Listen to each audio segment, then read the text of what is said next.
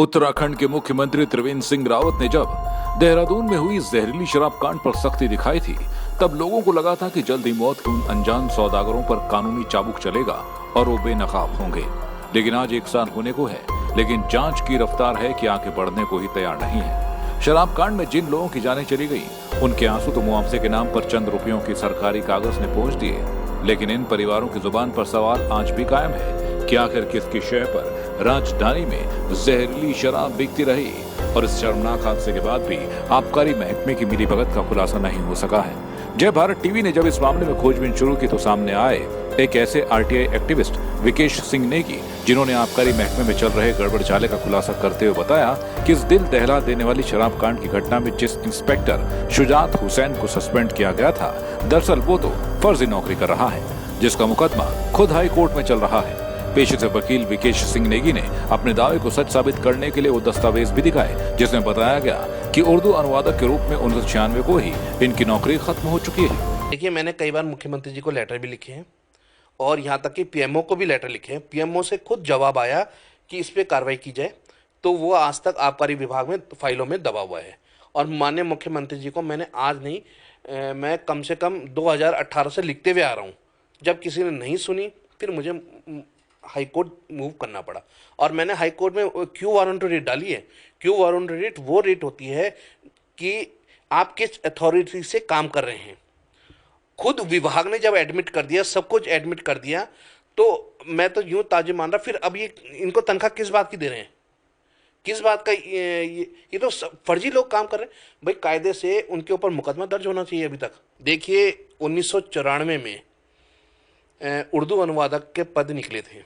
ये उनकी कुछ रोजी रोटी कमाने के लिए मुलायम सिंह की सरकार उस समय बनी थी, तो उन्होंने 1 साल के लिए इन लोगों को रोजी रोटी के लिए ये पद निकाले थे। पर ये पद गढ़वाल, कुमाऊं और बुंदेलखंड में नहीं थे, और उसमें जिला स्तरीय, आपका मंडल स्तरीय में ये पद थे ही नहीं। अब देहरादून में आबकारी विभाग में एक हैं सैयद रफ़ा जाफरी, एक हैं सुजात हसन और एक है राहिबा इकबाल। सुजात हसन की नौकरी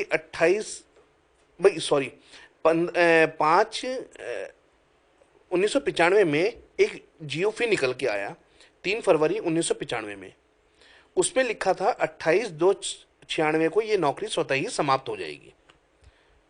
अब मैंने फिर आरटीआई में ये सब मामले निकाले, तो उसमें पता चला ये आज इंस्पेक्टर के पद में कोई एक उधम सिंह नगर में है, एक आबकारी का एडमिनिस्ट्रेटिव अधिकारी बना है।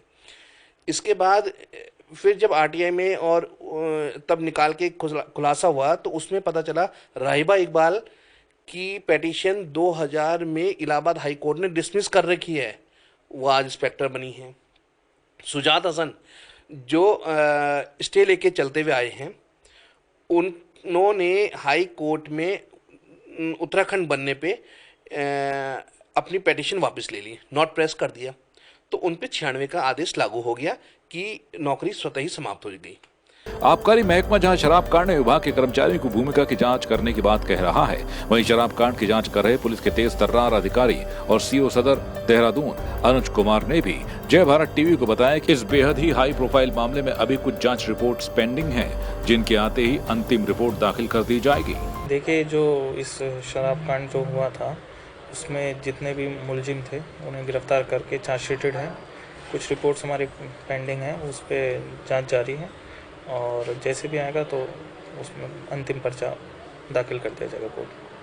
अभी तक जांच में ऐसा कुछ नहीं है, बाकी जो भी फैक्ट्स आएंगे उन पर विवेचना जो है पूरी कंप्लीट की जाएगी। चंद दिनों बाद राजधानी को दहलाने वाले शराब कांड को 1 साल भी पूरा हो जाएगा, लेकिन ना तो पुलिस की जांच पूरी हुई और न ही आबकारी विभाग ने अपनी रिपोर्ट का खुलासा किया है। यह हैरानी की बात है कि प्रदेश के मुख्यमंत्री त्रिवेंद्र सिंह रावत खुद आबकारी विभाग के मुखिया हैं और इस मामले में बेहद आक्रामक रहे हैं, लेकिन क्या वजह है कि शुजात हुसैन जैसे विवादित इंस्पेक्टर को पहले सस्पेंड करती है और फिर बहाल कर देती है? सवाल तो कई हैं, जिनका जवाब पुलिस और आबकारी दोनों को जनता की अदालत में देना होगा। जय भारत टीवी के लिए देहरादून से आशीष तिवारी के साथ अरशद खान की रिपोर्ट।